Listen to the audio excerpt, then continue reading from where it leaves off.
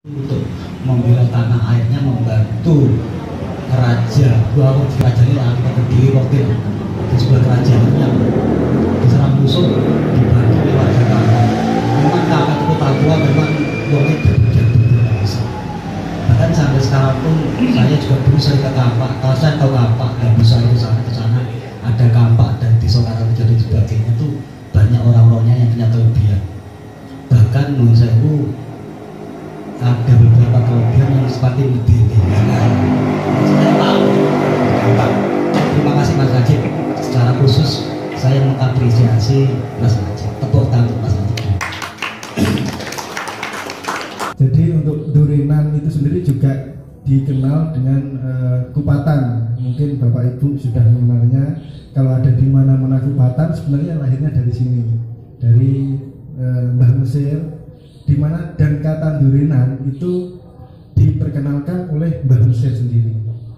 Ketika beliau ada di pasar, kemudian ada orang yang datang membawa kampling, dan di dalam kampling itu orang itu ada isinya durian. Kemudian ditanya oleh Mbah Mesir, kan kamu semua bawa?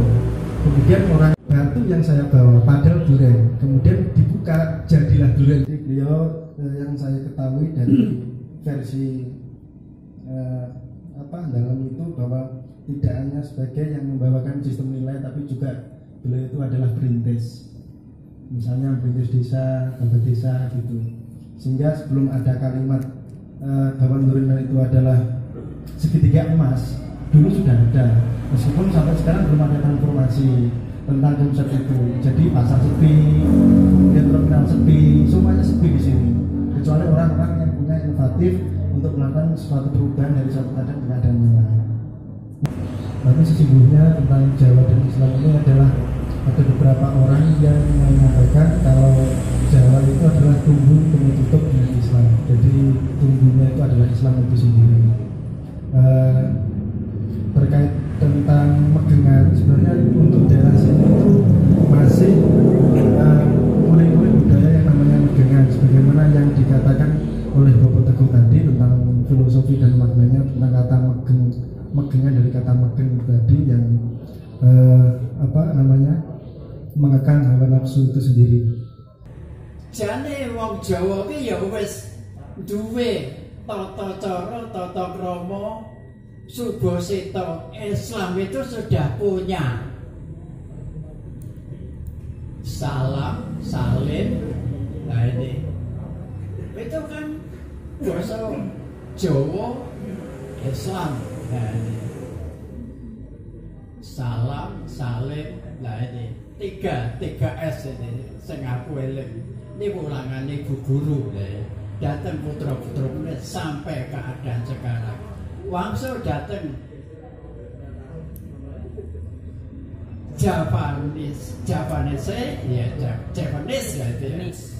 Islam. Jadi piye carane Islam iki iso mlebu ning kehidupan Jawa. Nah, kula pendhet cerita Sunan Bonang Nosewu ingkang ngasta Bonang. Dadi iki direwangi klothak. Ya. Tabuh Bonang ngalor kidul dikek mlebu ning kampung-kampung nganti wong kampung kono iso dadi Islam kabeh. Ya ini Japanese Islami wonten mriku. Ini termasuk. Saya juga terbesit pikiran bahwa bagaimana orang Jawa itu sangat memiliki martabat yang tinggi, di mana dari penyampaian Bapak Teguh tadi, Bapak Anang dan Bapak Wawan, bahwa bisa dilihat dari segi manapun orang Jawa itu selalu tetap membawa kebiasaan lama, khususnya dalam hal kebudayaan, bahkan di literasi, pakaian, bahkan dalam makanan pun seperti apem, tape dan sebagainya itu kan, itu saya kira kok usaha orang-orang yang Islam pada untuk dakwah itu bagaimana menyajikan makanan fermentasi tapi yang tidak memabukkan, itu saya rasa itu luar biasa.